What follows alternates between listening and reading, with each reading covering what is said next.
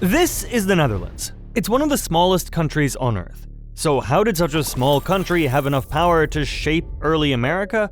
And why did America fear them? To understand this, we need to go back 400 years, when the Netherlands became a superpower. Okay, so back in 1602, the Netherlands did something absolutely insane.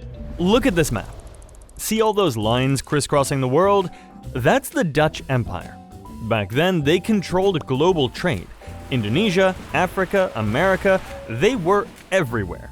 What's crazy is they did this with a company, not a government. They created a super big company with its own army, its own warships, and it could even start wars. This company was called the Dutch East India Company, and it made the Netherlands so powerful that Britain and early America were terrified. The Dutch had more ships than the British Navy, more money than most countries, and weren't afraid to use them. Other countries would send one ship at a time to trade and pray it didn't sink. The Dutch sent 200 ships all at once. Wait, how many ships are we sending this year? 200! 200? That's more than Spain sends in 5 years.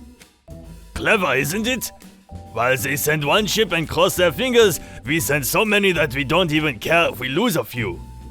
What if pirates attack us? Our ships have more cannons than most countries' entire navies. Pirates see us and run away screaming. We're not just selling stuff anymore, are we? Nope, we're an empire now, baby! By 1650, Dutch ships were everywhere. They controlled the spice trade from Indonesia, they owned trading posts in India, they had colonies in South Africa and the Caribbean. And guess what their secret weapon was? Ready for this? No, not guns, not more ships. It was being nice to people. Crazy, right? While other countries were kicking out Jewish people and being mean to anyone who believed different things, Amsterdam said, "Come on in, everyone's welcome." Jewish refugees came and brought banking skills. French people came and brought crafting skills. Germans came with trade connections. Everyone brought something useful, and Amsterdam became the richest city in Europe almost overnight. Then, in 1667, the Dutch did something so bold, it still sounds fake. They sailed their warships right into England's backyard, up the Thames River, and destroyed England's best ships. They even stole one and sailed it back home like a boss. But the Dutch weren't done yet. They were about to invent something even more powerful than warships. Okay, so in 1624, Dutch merchants bought Manhattan Island from the Lenape people. They traded some cloth, beads, and tools for it. Today, that same land is worth over $1 trillion. That might just be the best deal in history. Now, here's where the Dutch were different from everyone else. Spanish colonists enslaved the native people. British colonists pushed them away and stole all their land. But the Dutch were nice to everyone and just wanted to trade with them so everyone could make money together.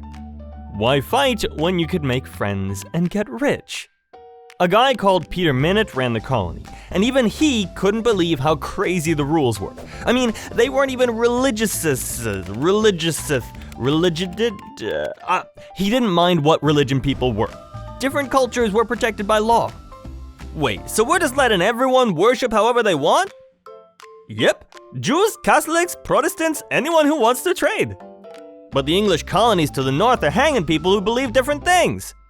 And how's their economy doing? Terrible actually. Exactly, being nice to people is good for business. But the other colonies are gonna call us crazy. What's that? I couldn't hear you over all this money we're making. By 1640, New Amsterdam, that's what New York was called at first, was unlike any place on Earth. 18 different languages were spoken in the streets. Black people, some enslaved, some free, lived and worked there. Jewish merchants traded to German craftsmen next to Dutch sailors. Other European colonies were very strict about religion. Everyone had to be the same. But New Amsterdam was complete chaos, and it was working. The city's streets followed the natural waterways, just like back in the Netherlands. They built canals, they built a trading spot that would later become Wall Street, and because they treated Native Americans like business partners, not enemies, nobody shot arrows at them, unlike in the Wild West. The Dutch learned their languages. They made fair deals. They traded European stuff for beaver furs and stuff. While other colonies were fighting constant wars, New Amsterdam was getting rich through teamwork. Then, in 1664, 4 British warships showed up and said, "This is ours now." The Dutch colonists looked around. They were outnumbered, nobody from the Netherlands was coming to help. So they just gave up, without fighting. The British renamed it New York, but they couldn't change what the Dutch had built. The tolerance, the diversity, the let's make money attitude, it was all baked into the city forever. Meanwhile, back in Amsterdam, Dutch bankers were inventing something that would change the world. Okay, this next part is really important, and also kinda wild. In 1602, Amsterdam invented the stock market. This was genius, and it had never been done before. The Dutch East India Company raised 6.5 million guilders. That's like raising billions today. Suddenly, regular people, not just kings, could get rich. Wait, you need money to build a ship? Yep, ships are expensive. But if you give me some money now, I will give you more money when I sell the spices.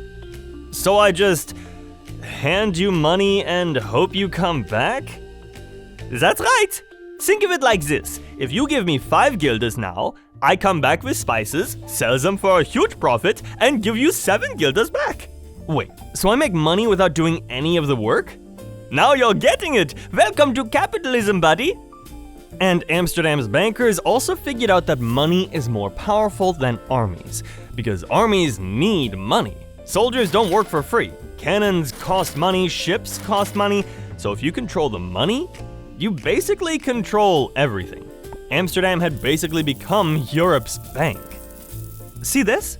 When England needed cash for wars, they went to Amsterdam to borrow it. When France ran out of money, Dutch banks loaned them some. Every major power on this map owed the Dutch money. The Dutch had become the Bank of Europe.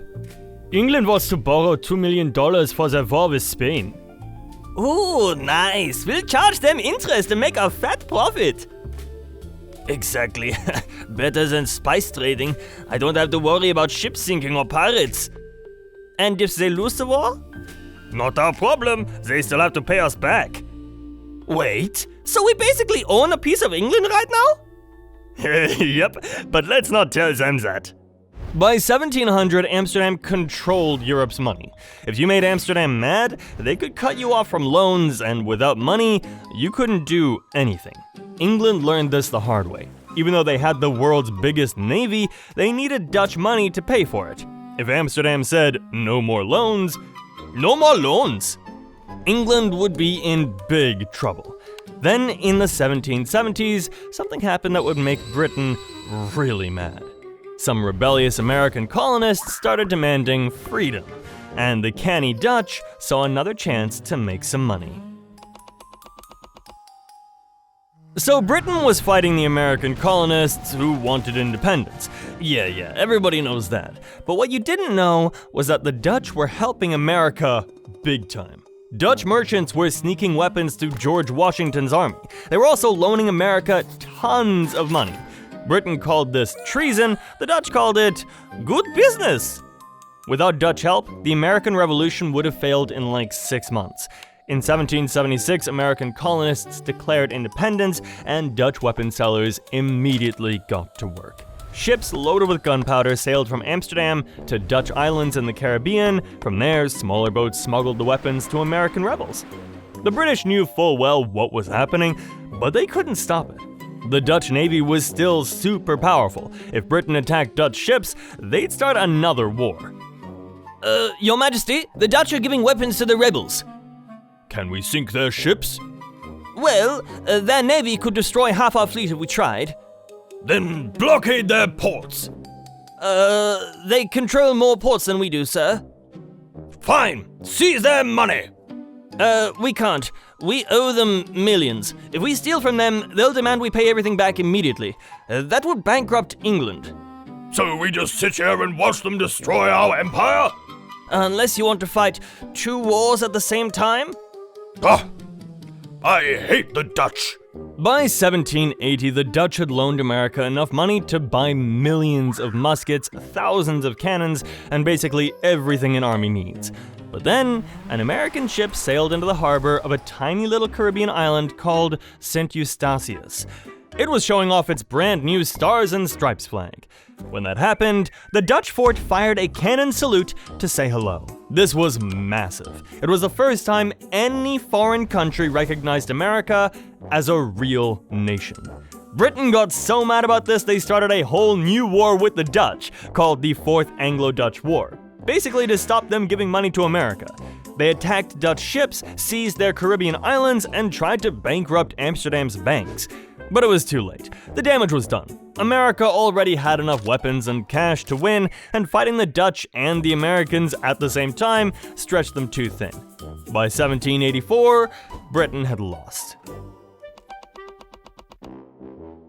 American leaders had won their independence. America! Hooray! Woohoo! All right! And now they had to build a brand new country. And because the Netherlands were so feared and powerful, they decided to base America's financial system on Amsterdam's. So Alexander Hamilton, who was a founding father of America, traveled to Amsterdam to study their banking system. He walked through the stock exchange, asking how it all worked. Wait, so your money just grows by itself? Yep, we don't just stuff gold in a vault like kings do. We put it to work. We make loans, we invest, the money makes more money.